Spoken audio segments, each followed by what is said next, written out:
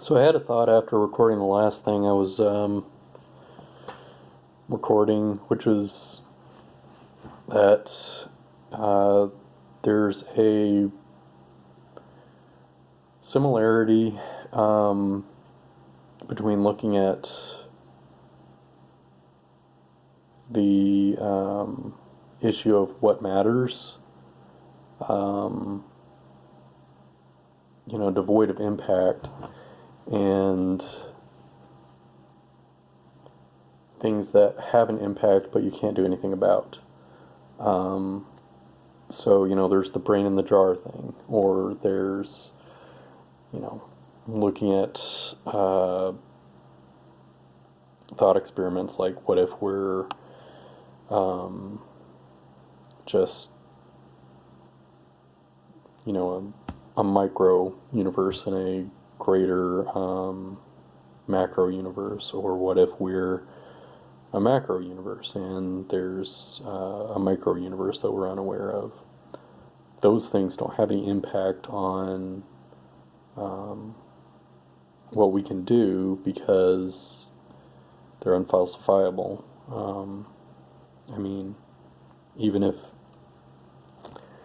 and I don't mean that those things are fundamentally unfalsifiable, I just mean from looking at them as, a theoretical construct, they're unfalsifiable. Okay, so let's say that scientists, are somehow able to prove that we're actually a micro-universe. There's nothing to say that there isn't some macro-universe that's, bigger than the other macro-universe. Like, it's a hypercube, where, we're just a small part of something that's a small part of something that's a small part, and then it just goes from there. That's something that's, the idea itself is what I'm getting at. It's not the potential that there's this other thing out there. It's just saying, okay, well, what if there were a thing, hypothetically speaking, that we can't prove?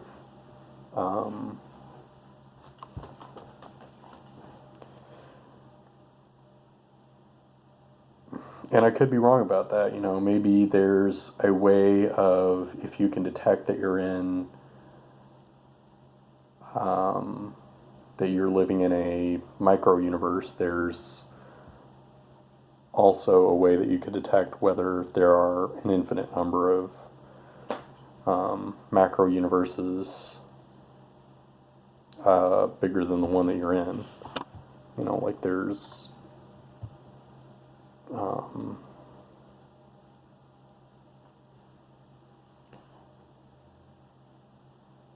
that there's some way of detecting that, where you can draw in inference based on, the small data set that you've got.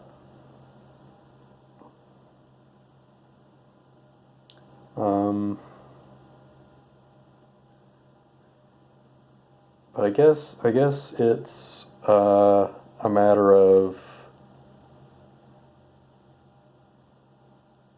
how do we treat things that we don't have enough information for, and it's just, you treat them like they don't matter.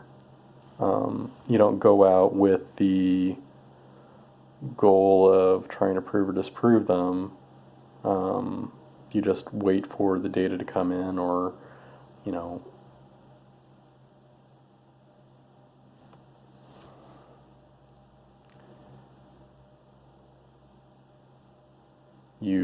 you try to build a bridge between what you do know and what you don't know.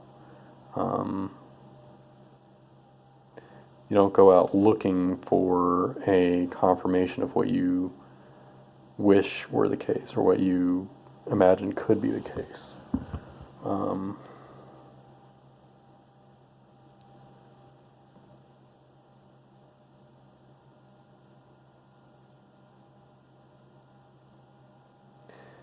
and I think there's limitations to that too. You want to pick stuff that's close to what you already know, and then try to see if it's possible that you can develop a hypothesis to connect those two things. You're trying to extrapolate based on what you do know. You're not trying to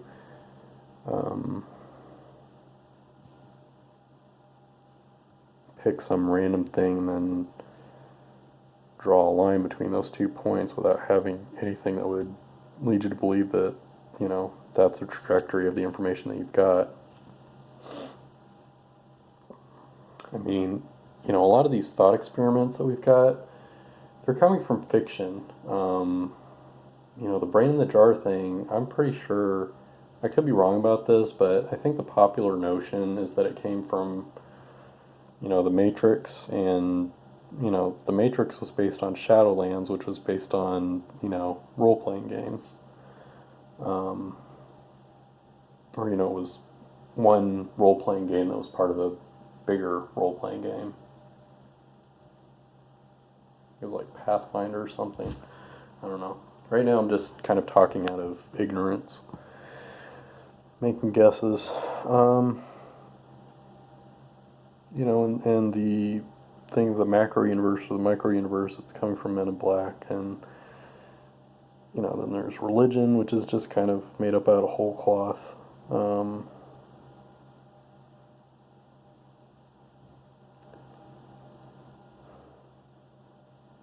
So I guess the summary of the point that I'm trying to get at is don't assume that you know more than you know. Don't act like your hypothesis. Don't act like your hypothesis is a theory. If you don't have something that would even start you off in the direction that your conclusion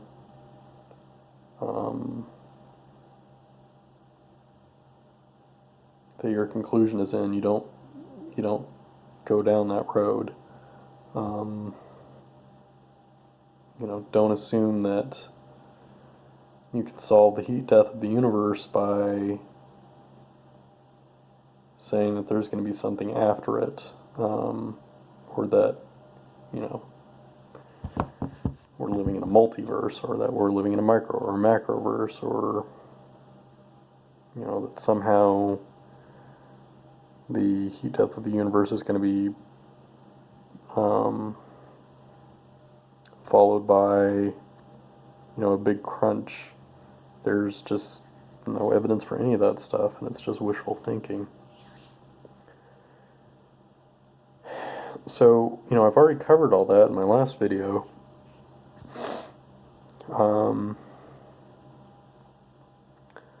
But there's kind of a thing that relates back to how we treat those things.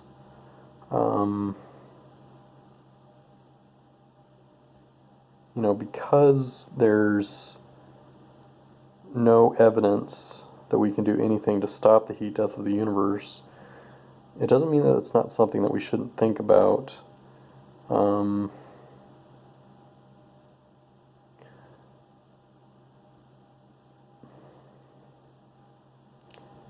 But it also seems to me right this second that there is no point in even trying to research ways of stopping it. It's just, that's not where the facts are even remotely leading us to.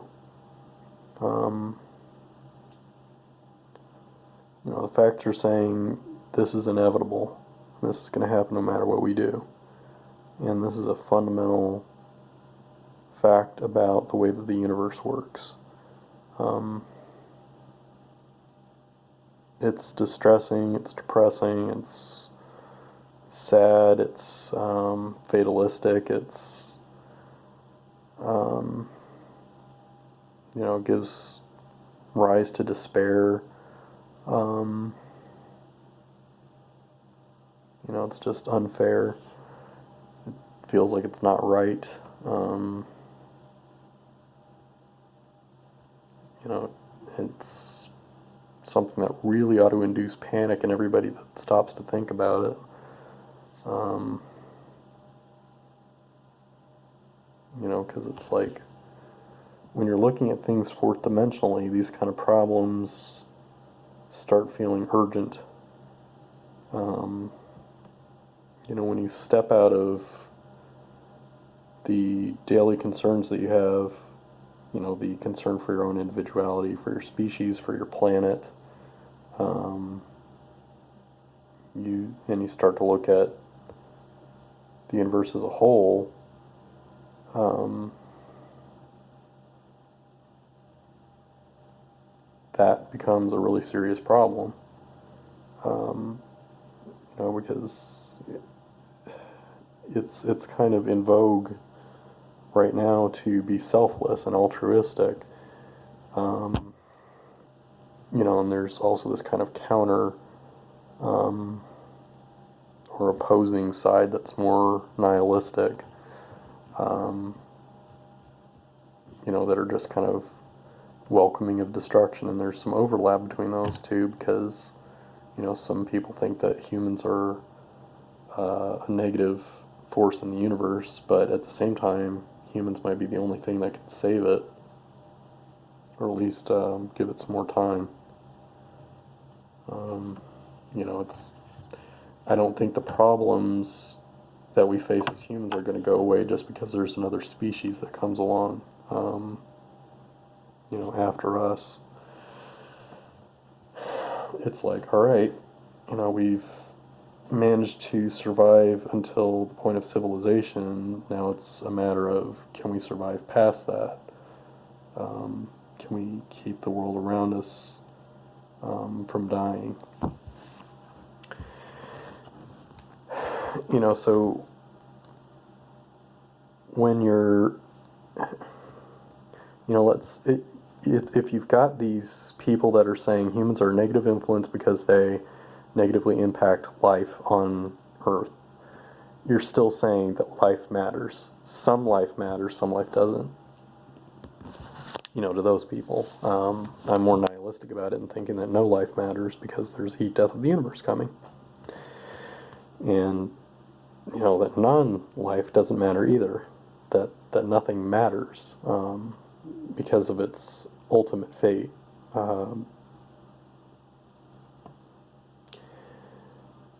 But for those people who think that some life does matter, this should be a problem for them. The problem doesn't go away when you get rid of humans. You've still got things that are going to be vulnerable to changes in the earth that are going to happen whether or not humans are here. And the dinosaurs went extinct. It didn't have anything to do with humans. Maybe if humans had been around back then, the dinosaurs would have gone extinct quicker, more life would have gone extinct.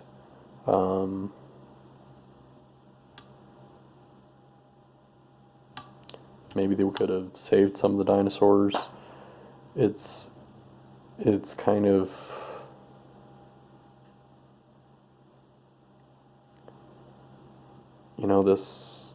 this assumption that people think that humans are wholly destructive, but we're the only animals that have the ability to think about what's going on around us and possibly forestall, existential threats. We've caused a huge number of existential threats to everything. We're responsible for species going extinct. We are one of the biggest existential threats right now to the Earth. Some stuff we don't have anything to do with, like Well, now that I think about it, we're responsible for most of it. Um, because if you look at like pine beetles destroying pine trees and uh, I think what is it, chestnut blight? It's caused by uh, importing or exporting um, wood that has an infection that affects other trees, and it just goes on and on and on.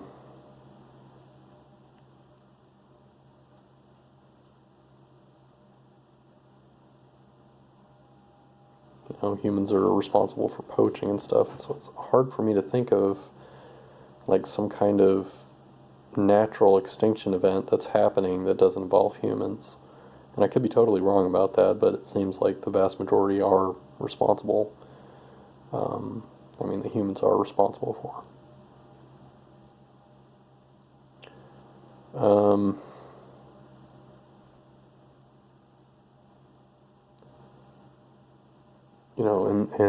In the sense that we are at fault for those things. And there's another kind of responsibility to where, you know, as the only species that has intelligence, we have a responsibility to, the other thinking that other things don't have because they don't think, not in the way that we do. They're not rational animals in the same way that humans are.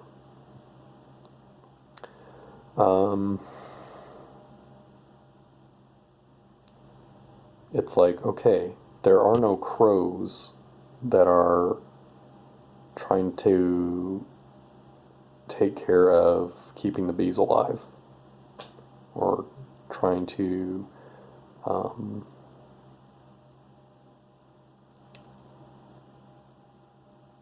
that are going through all of these environmental advocacy things and preservation and conservation. They're not doing that. We are. But a lot of times it's the reason why we're having to do those things is because humans are causing them. Humans are causing those problems. Some of it is just,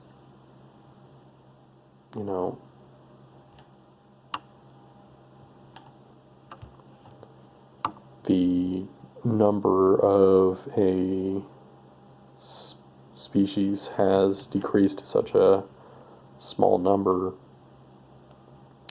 that their genetic diversity is gone, and it starts causing mutations and stuff that ends up killing off the species. But again, a lot of that is just from humans encroaching on their environment, poaching,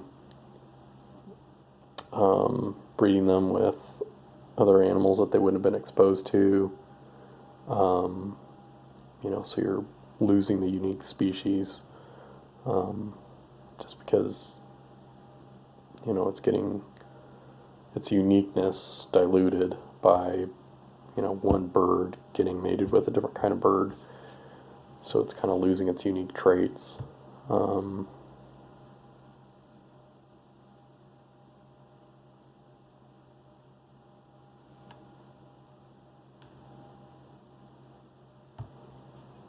But no matter how responsible we are for the downfall of other species, we're still in a unique position to where we might be able to undo the damage that's been done. Sometimes with some stuff it's just too late. It's extinct. They're gone. They're not coming back.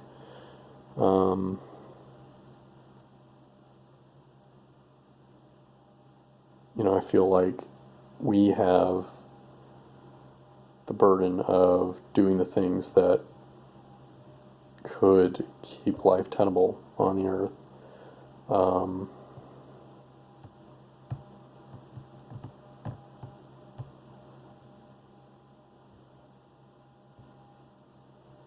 We're the only species that can maybe stop the sun from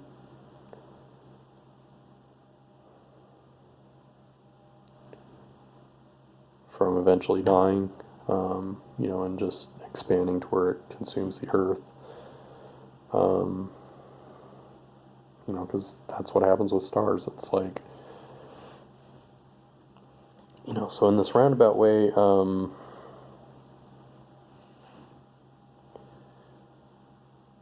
there's a case to be made that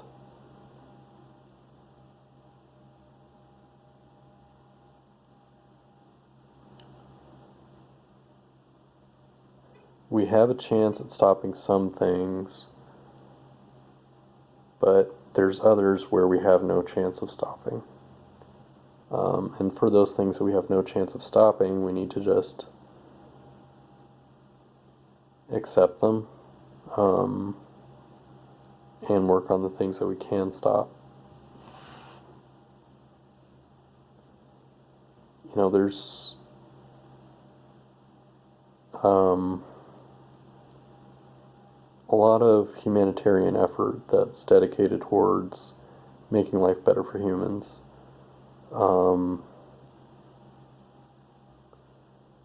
And I don't know why that would be a focus when humans are responsible for so much destruction.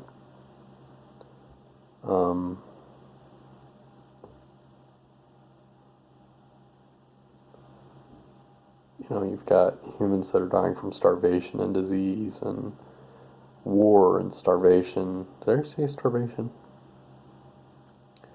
And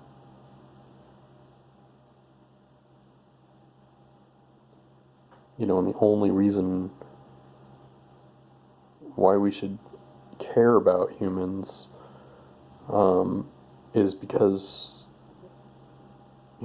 is it because we matter to something else? Or is it enough that they are internally important to themselves?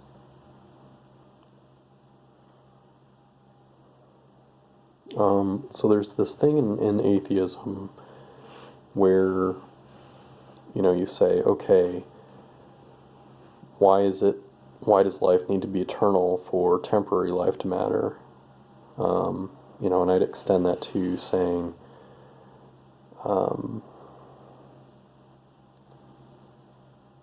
why does human life need to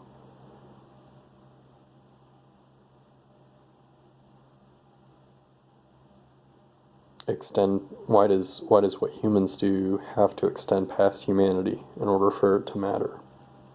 Like, isn't it enough that we're important to ourselves? Why do we have to matter to the species that are going extinct? Aside from the whole just kind of screwing ourselves over and destroying our own ability to survive. If that weren't a factor, it is a factor, but if that weren't a factor,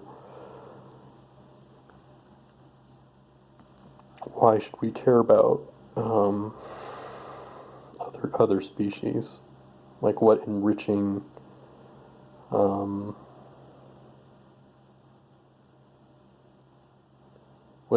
factor do the other species bring to humanity?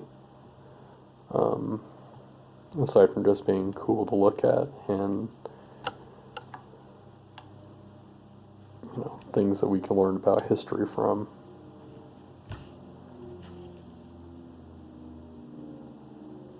And I'm asking a lot of questions, but I'm not getting a lot of answers. And I think that's just because, this is where talking by myself feels really frustrating, just because I don't have someone to bounce these ideas off of. And even when I'm talking with other people, it's hard to get them on the same page, because so much of it is just trying to get them to think along the same lines that I'm thinking of. And try to get them to understand what it is that I'm saying. So it's hard enough to try to get that done. It's even harder to try to get answers to the questions that I'm asking.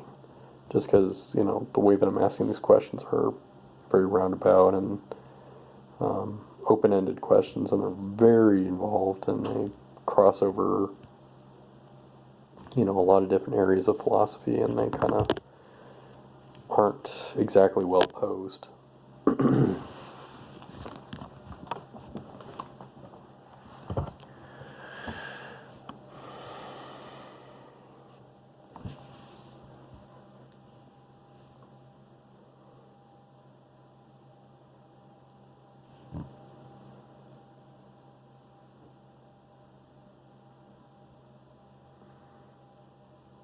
I guess to sum up what it is that I'm thinking,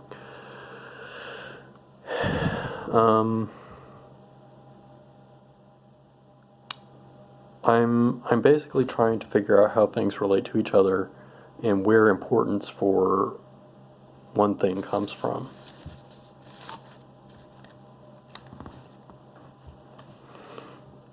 For any given thing, what does its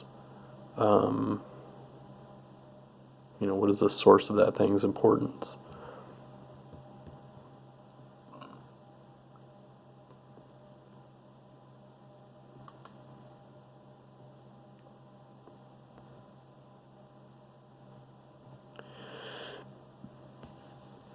And I think, just when we're talking about importance, there's usually some kind of interrelatedness to it.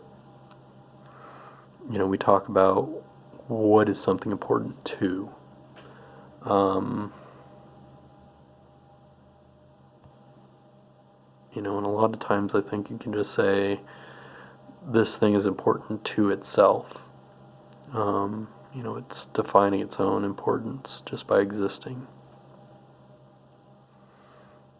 It's setting its own standards for what's important. And that's really unhelpful when you're trying to look at something that's has a universal application.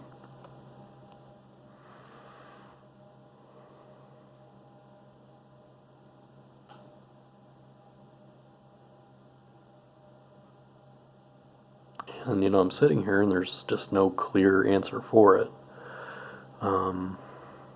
As humans, we're related to other humans, and we have a dynamic relationship with the world around us. And then we're just this isolated piece of matter that's sitting out in the middle of nowhere.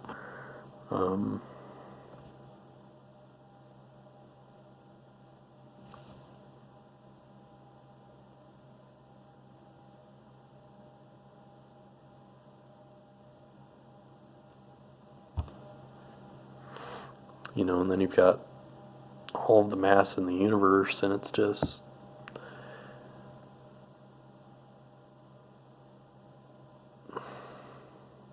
sitting there doing its thing, just kind of waiting to die.